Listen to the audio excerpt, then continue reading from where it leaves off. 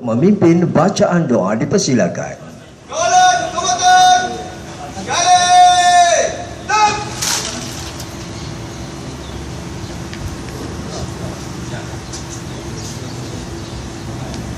Bro.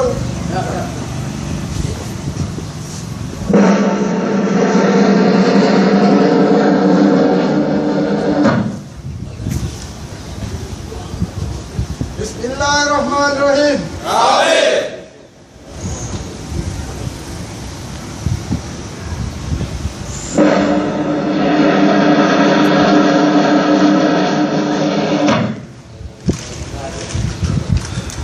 Majlis mengucapkan ribuan terima kasih di atas bacaan doa itu tadi. Susun cara seterusnya bacaan ikrar taat setia. Majlis dengan segala hormatnya.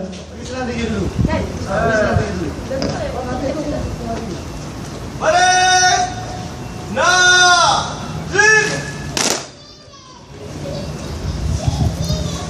Susun cara seterusnya bacaan ikrar taat setia. Baris Diam. Majlis dengan segala hormatnya menjemput Asisten siapa ni? Asisten Superintendent Polis. Siapa? Tuan Chan.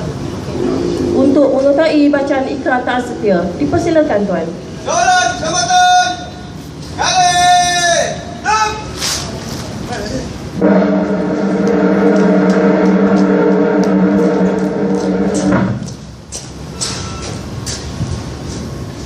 Bahawa kami sebagai pegawai polis Diraja Malaysia